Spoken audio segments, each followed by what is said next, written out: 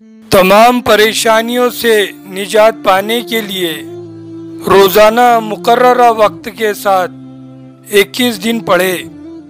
ہر روز 11 مرتبہ درود شریف اور 1 مرتبہ یہ دعا پڑھے، بسم اللہ الرحمن الرحیم، یا مفتح الابواب ویا مسبب الاسباب ویا مقلب القلوب والابصار ویا غیاث المستغیثین ویا دلیل المتحیرین ویا مفرح المحزونین، اغیثنی اغیثنی اغیثنی، توکلت علیک یا ربی وفوضت الیک امری، یا رب یا رب یا رب، یا اللہ یا باسط یا رزاق یا فتاح یا کریم۔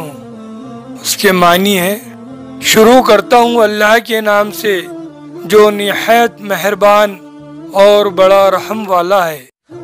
اے کھولنے والے دروازوں کے اور اے سبب پیدا کرنے والے اسباب کے، اے پھیرنے والے دلوں کے اور نگاہوں کے، اور اے فریاد سننے والے فریاد کرنے والوں کے، اور اے راہ بتانے والے حیرانوں کے، اور اے فرحت دینے والے غمگینوں کے، میری فریاد سن لے، میری فریاد سن لے، میری فریاد سن لے۔